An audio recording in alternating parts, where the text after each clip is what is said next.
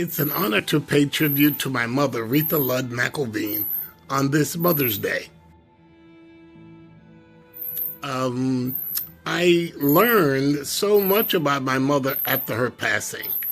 Her good friend, Mr. Jerry Williams, a couple of years ago, we had a conversation in Sumter, South Carolina, when I was there shooting for the movie Ghost in America's Kitchen.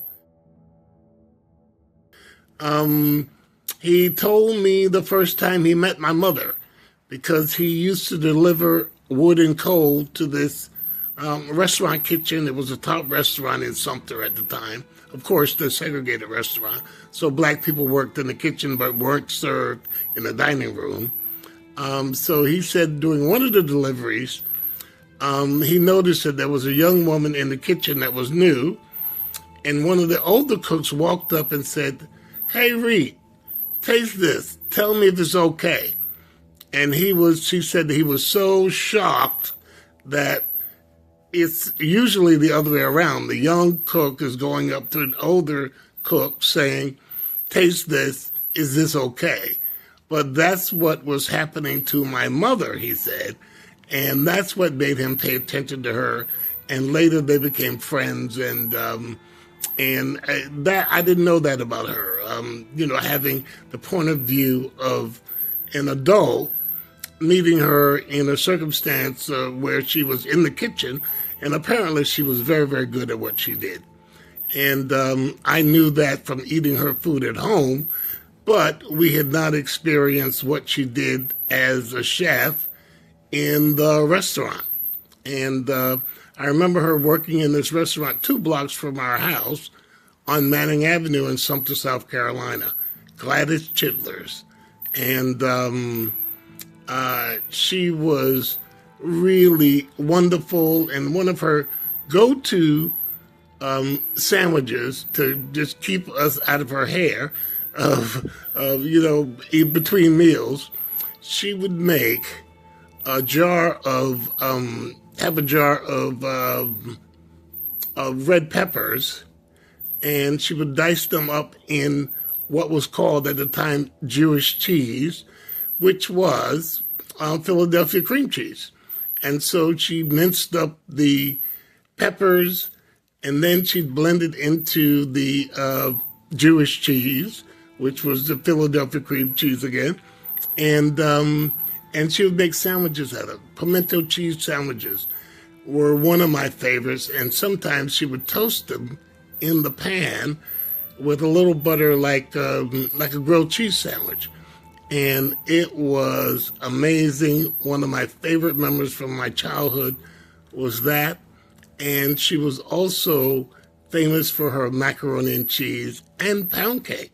She made an incredible pound cake that many, many neighbors would ask her to make for them. Because it was a tradition that you always had to have at least a pound cake neatly wrapped in wax paper and covered in a tea towel, and you'd have that on hand in case visitors arrived, so you could serve them a cup of tea and a slice of pound cake. So that's one of those things that were always readily at most housewives in the segregated South. Unfortunately, the circumstances of her death was very, very tragic and so hard to talk about. I will say it makes every Mother's Day really, really stressful and emotional for me, because it was horrific.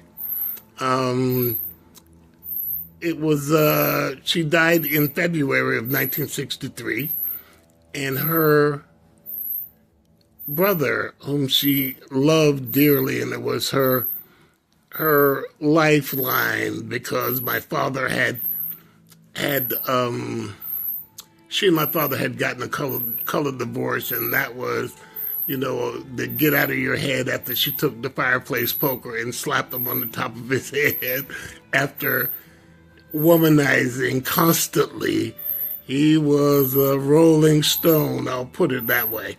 Fabulous man, fabulous cook, but definitely a rolling stone, and she had had enough of it.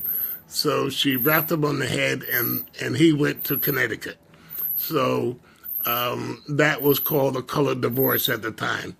But her brother, Uncle Elijah, who lived in Florence, South Carolina, would show up at clockwork every other Sunday with a whole box of food and vegetables and canned goods, because his wife, Aunt Moselle, who was half Cherokee, she cooked for the segregated public schools.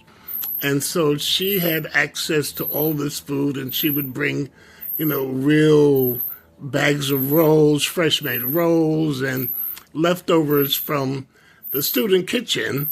And they were cooking real food. They didn't have cans that they opened like today.